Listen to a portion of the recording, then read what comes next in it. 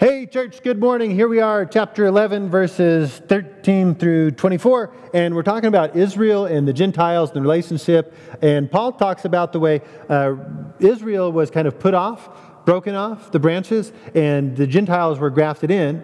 And what this should do is it should make us thankful to God, not arrogant. And it should make the Jews jealous, or the Israel jealous of the Gentiles.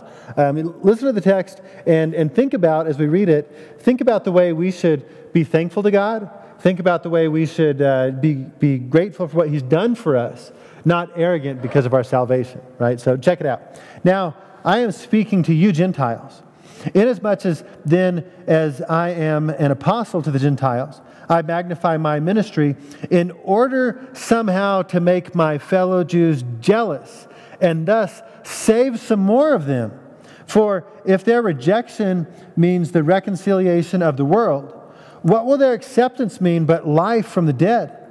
If the dough offered as first fruits is holy, so is the whole lump.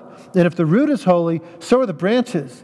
But if some of the branches were broken off, and you, that's the Gentiles, although a wild olive shoot, were grafted in among others, now share in the nourishing root of the olive tree. Do not be arrogant toward the branches.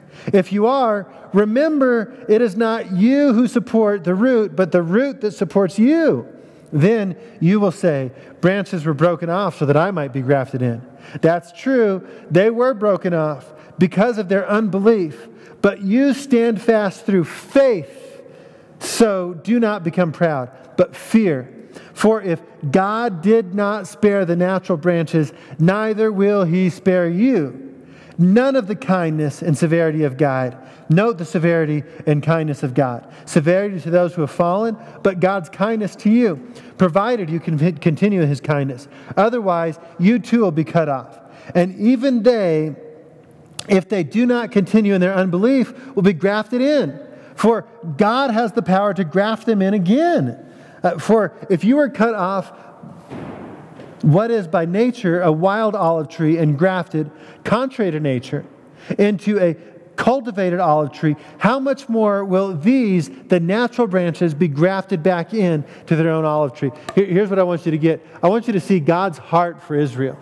I want you to see God's love for Israel.